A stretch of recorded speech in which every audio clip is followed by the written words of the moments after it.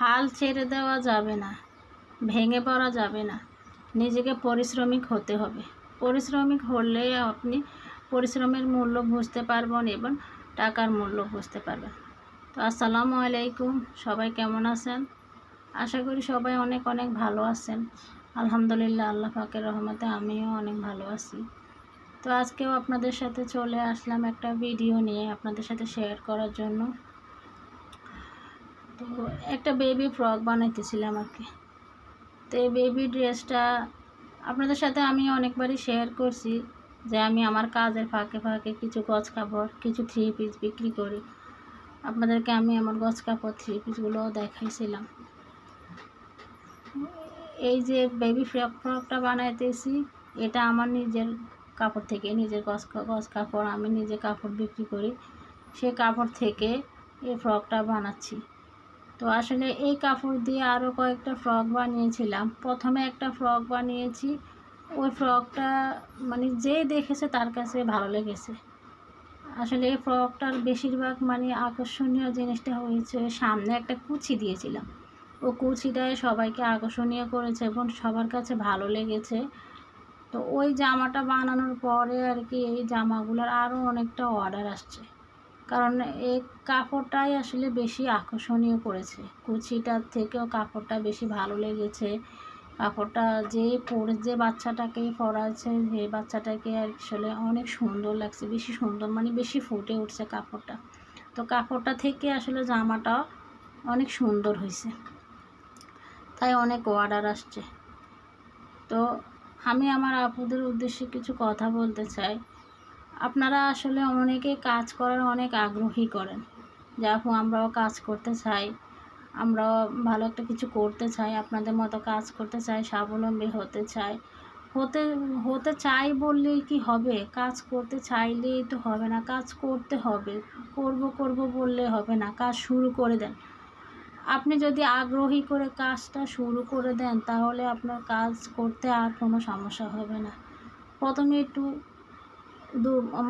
মন দুর্বল হয়ে যাবে, কারণ অর্ডার পাচ্ছেন না। আস্তে আস্তে সব ঠিক হয়ে যাবে।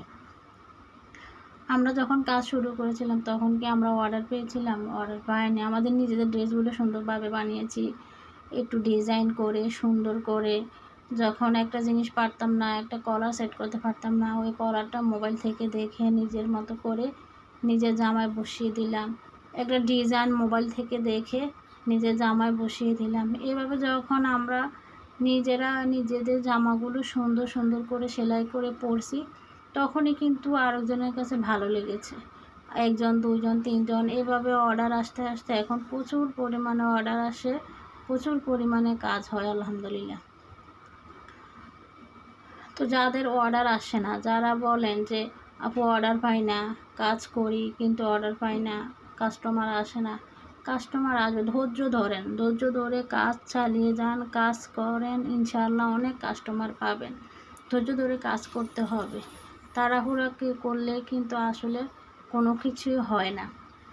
তাড়াহুড়া করবেন না, আস্তে আস্তে কাজ করেন, আস্তে আস্তে ধৈর্য সহকারে কাজ করেন। নিজের আত্মীয় স্বজনের ড্রেসগুলো বানান, নিজের ঘরের মানুষের, নিজের বোন ভাইয়ের বউ, ওদের ড্রেসগুলো বানিয়ে দেন সুন্দর করে।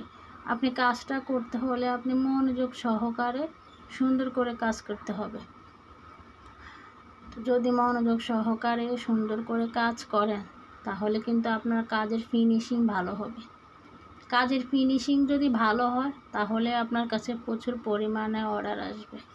মনে রাখবেন, আপনার কাজের ফিনিশিং কিন্তু ভালো হতে হবে। সেলাইয়ের ফিনিশিং, কাজের ফিনিশিং ভালো হতে হবে।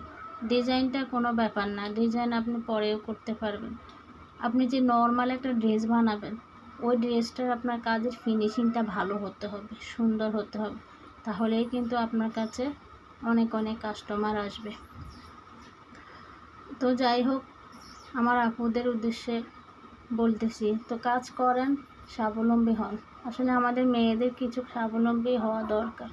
জীবনে অনেক বাধা আসে, ভেঙে পড়া যাবে না। ভেঙে পড়লে আসলে আপনি ভেঙে পড়লে আপনার পরিবার ভেঙে পড়বে। আপনি ভেঙে পড়লে, আপনি থেমে গেলে আপনার পরিবার থেমে যাবে। এমন এমন কিছু সময়ের মুখোমুখি আমরা হতে হয় যে সময় আমরা আমাদের কোনো আত্মীয় স্বজন কাউকেই পাশে পাই না। কাউকে সাথে পাই না, কেউ সাপোর্ট দেওয়ার মতো থাকে না। নিজেকে নিজের মতো একা চলতে হয়, একা সব কিছু মানিয়ে নিতে হয়। তো একা মানিয়ে নেওয়াটা আসলে আমাদের মেয়েদেরকে অনেক কিছু শেখায়, অনেক স্বার্থপরতাও বানিয়ে দেয়, অনেক কিছু শেখায়। তো আমরা অনেক কিছু শেখার থেকে আমরা ভালো একটা কিছু শিখি, একটা ভালো কাজ করি, যে কাজটা আমাদেরকে স্বাবলম্বী করবে এবং আগ্রহ দেবে ভালো কিছু করার। পৃথিবীতে অনেক অনেক মেয়েরা আছে বাহিরে চাকরি করে। তো আমরা আসলে বাহিরে চাকরি করার থেকে আমরা ঘরে বসে কিছু টাকা আয় করি। এখন প্রায় জেলায় আপনি দেখবেন অনেক টেলার, অনেক বাসা টেলারিংয়ের কাজ করা হয়, বাসা কাপড় বিক্রি করা হয়।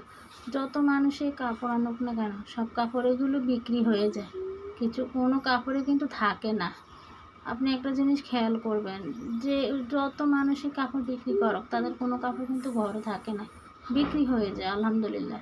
কারণ আমাদের দেশের মানুষের এখন অনেক চাহিদা, জামা কাপড়, সুন্দর সুন্দর ড্রেস, সুন্দর সুন্দর ডিজাইনের প্রতি কিন্তু চাহিদা অনেক বেশি। তাই আমরাও চাইলে কিন্তু এভাবে ভালো কিছু করতে পারি এবং কিছু কাপড় বিক্রি করে, সেলাইয়ের কাজ করে আমরা একটু স্বাবলম্বী হতে পারি, সংসারটাকে ভালো করে গোছাতে পারি। তো আমার সাথে যদি আমার আপুরা একমত হন, আমার কথাগুলো যদি আপনাদের ভালো লাগে, আমার ভিডিওটা নতুন হলে সাবস্ক্রাইব করে দেবেন, চ্যানেলটা সাবস্ক্রাইব করে দেবেন, আর আমার ভিডিওগুলো লাইক কমেন্ট শেয়ার করে দেবেন, আমার পাশেই থাকবেন। আপনাদের ভালোবাসা, আপনাদের চেষ্টায় আমাদের আগ্রহ আরও বাড়ে ভালো ভালো ভিডিও দেওয়ার, ভালো কিছু আপনাদের সাথে শেয়ার করার। তো আমার জামাটার ফাইনাল লুক আপনারা দেখেন, আমার জামাটা কতটা সুন্দর হয়েছে। তো সবাই ভালো থাকবেন, আজকের মতো এই পর্যন্তই, আল্লাহ হাফেজ।